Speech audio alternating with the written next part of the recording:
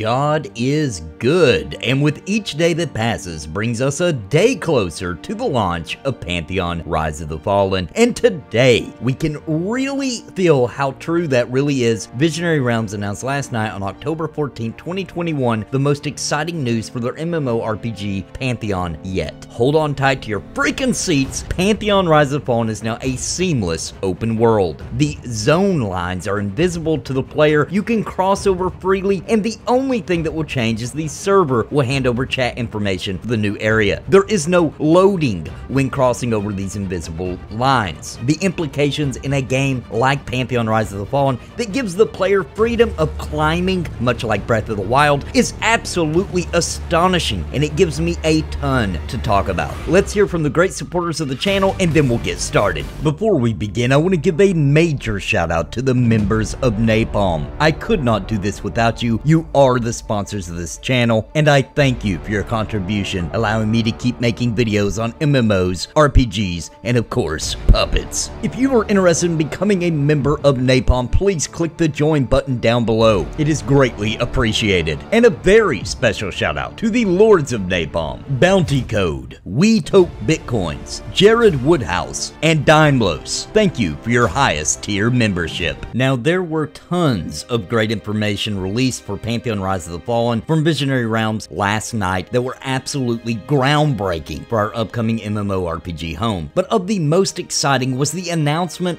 that thanks to their breakthrough of tech they had been working on, they were able to remove loading screens from the zone lines, at least as far as the players are concerned and what you'll notice. First, let me do my best to explain this technology, then we will discuss the implications, which by the way are astonishing. Oh, and toss a like on this video so it gets out to more people, so they find out about this new upcoming MMORPG home, Pantheon Rise of the Fallen. Okay, so first of all, they were able to move over the way the server in your computer handles the scenes that need to load by moving the built-in Unity scene builder. In other words, Unity comes with a tool built in that allows devs to push the loaded scenes for loading onto what you see on your end. They are not using it because of its limitations and are now using their own custom build, which allows them to create their own control on what has to load for the player to be in the game running around and exploring. If that isn't simple enough to grasp, then let me put it this way. With their new build, instead of loading the entire zone, it loads what I will refer to as a bubble around the character that you can see from this demonstration is obviously huge, but that is all the server in your computer has to calculate. It's in 3 phases. Close to the player, which will render in high definition, in other words, the highest quality, then medium, which still looks good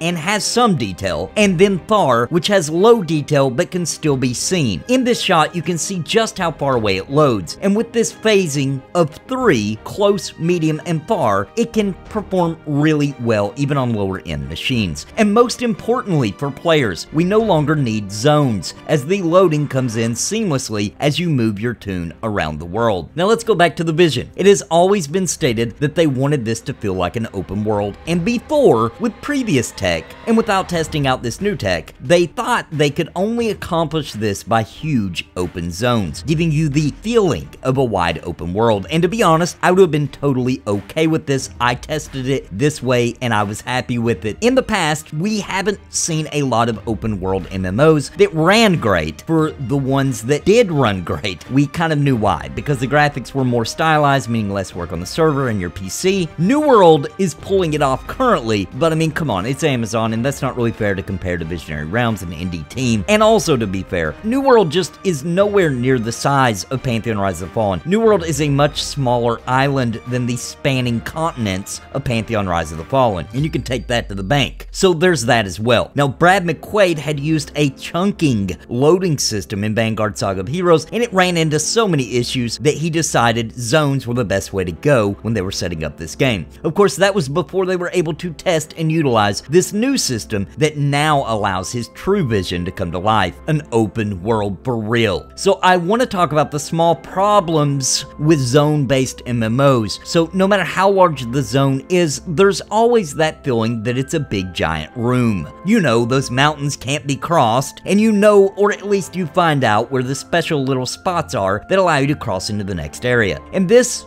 boxing in does mentally affect your mood, your immersion in a small way. When you play a game like Breath of the Wild, which is obviously a huge inspiration from Pantheon Rise of the Fallen, with the climbing, etc., you feel real freedom. You know that if your stamina is high enough, you can climb any of those mountains. You know that just beyond that peak is another area ripe for exploring, and it changes everything. Pantheon is now going to be the same. With climbing, we can explore across mountain peaks that would have been zone borders, meaning the players now will have this unlimited exploration of finding shortcuts and digging deep into the world in a way that was before impossible. The implications are mind-blowing. Now let's talk about the problems and their solutions. So most of us probably came from EverQuest, which is a zone-based MMO, and when we got a mob on us, or perhaps a train of mobs, and had to run away, we had to run it to the zone line. There were no leashing that meant if you get far enough away, it just returns to its place and loses aggro, and a lot of us don't even like that type of gameplay. But with a seamless open world, although it would be a little funny for mobs to chase you across the continent, it's not really what I would refer to as a sustainable plan, and I think you can agree. So Joppa answered this problem in this way, and I quote, "This is a good example of our thought process. Gives us freedom to design NPCs that are more adept at pursuit than others, for example." Now, I went on to explain this on the Pantheon Plus U show, which goes live right after Deb streams, by the way, on Twitch on the Pantheon Plus channel, and Joppa agreed with my assessment, so it's basically law now. And here's what I said: if there is no longer the restriction for players to simply zone mobs, then now Visionary Realms can find more unique and interesting ways to deal with this. Some mobs may chase you for miles, because that's how the devs designed them. Others could give up fairly quickly, or using the disposition system now, it can be coded into dispositions how they will react to that. And trust me when I say that VR understands the importance of mobs chasing you and your group, so now they have the freedom to design mobs to behave exactly how they want instead of it being so simple as chasing you to the zone line. It can actually be much more relentless now if they so choose. There can literally be a relentless disposition that chases you for so far it's complete insanity, if they find that to be a fun and engaging system for a very specific, difficult mob type, and that is freaking exciting. Also, you don't have that easy way out where you can just say, I'm gonna hang out at the zone line. So actually, in many ways, it actually increases the difficulty, because I know and you know that that was a popular tactic. I'm just gonna stay close to the zone line and zone in and out and cheat the system and kind of cheese it. You can't do that anymore, which is freaking horrifying. Now let's talk about the second issue with a seamless open world, and that would be maps. Yes, I said it, it's a problem now. Because before, we could just learn a zone at a time, which was what I was planning on doing. Take our time, really learn the ins and outs of a zone before we move on to the next zone. But now, the zone lines will be very difficult for a player to grasp,